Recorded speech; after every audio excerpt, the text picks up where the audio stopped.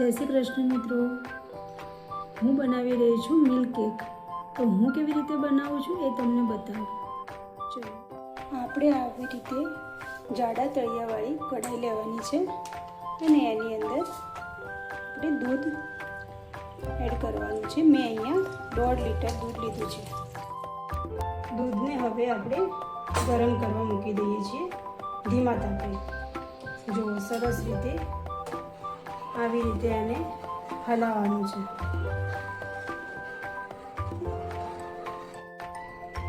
દૂધની મીઠાશથી ભરેલી ખાસ મીઠાઈ છે. દરેક કોળિયામાં મળે શુદ્ધ સ્વાદ અને ખુશી. જો એવી સરસ મિલ્ક કેક બનીને તૈયાર થશે. આપણે આમાં વિનેગર એડ કરી દઈશું. થોડું ઘટ થાય એટલે આપણે એમાં મિલ્ક પાવડર એડ કરવાનું છે. મેં અહીંયા 60 ml લીધું છે.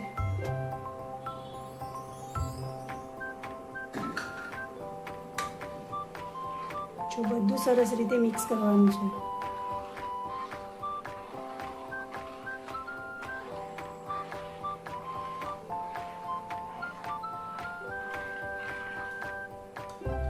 પછી એમાં આપણે 240 ml ગોળ લેવાનું છે.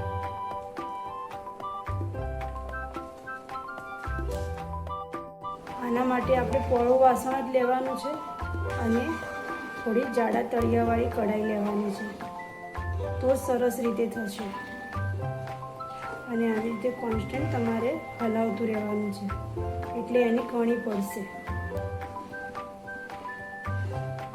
આજના સમયમાં બજારમાં મળતી ઘણી મીઠાઈઓમાં ભેળ છે, કૃત્રિમ રંગો અને નીચી ગુણવત્તાની સામગ્રીનું જોખમ રહે છે. એવા સમયમાં ઘરે બનાવેલી મીઠાઈ સૌથી સુરક્ષિત અને સ્વાદિષ્ટ વિકલ્પ છે. આપણે આવી રીતે દાણેદાર સ્ટ્રક્ચર બનાવવાનું છે. જો એકદમ બજાર જેવી જ બનશે અને શુદ્ધ મીઠાઈ બનશે. ખાવાની એકદમ મજા આવે એવી બનશે. બનતા થોડી વાર થાય છે પણ શુદ્ધ બને છે અને સારું બને છે. એકદમ દાણેદાર. હવે આપણે એમાં ઇલાયચી પાવડર એડ કરવાનું છે અને 1 ચમચી ઘી એડ કરવાનું છે. ઇલાયચી પાવડરથી સરસ ટેસ્ટ આવે છે.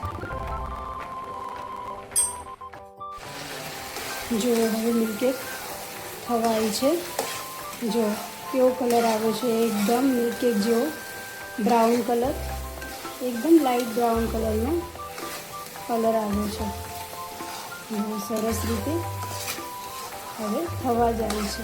બધું જ પાણી બળી ગયું છે દૂધનું.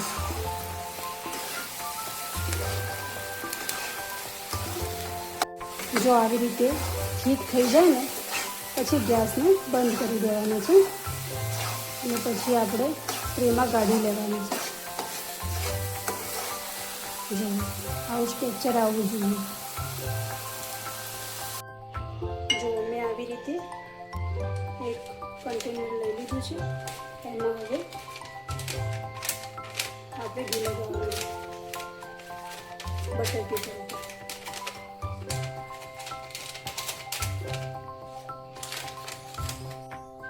મિલ્ક કેકને હવે આપણે પાથરી દઈએ.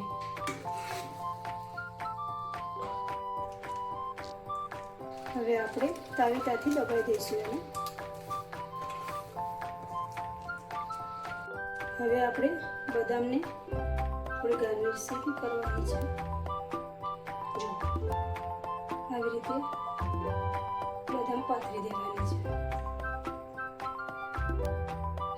હવે થોડીક વાર સેટ કરવા મૂકી દેવાનું છે.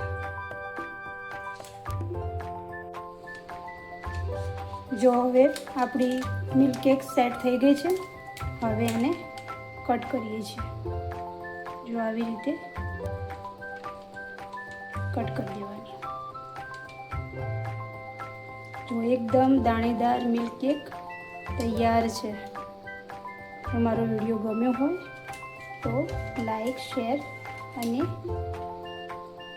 સબસ્ક્રાઈબ કરવાનું ભૂલતા નહીં. જો સરસ મિલ્ક કેક તૈયાર છે, દાણેદાર.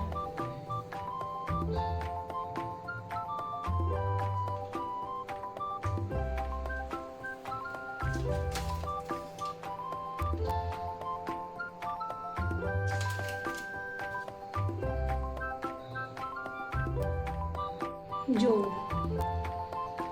એકદમ સરસ બની છે. મોઢામાં પાણી આવી જાય એવી બની છે. જો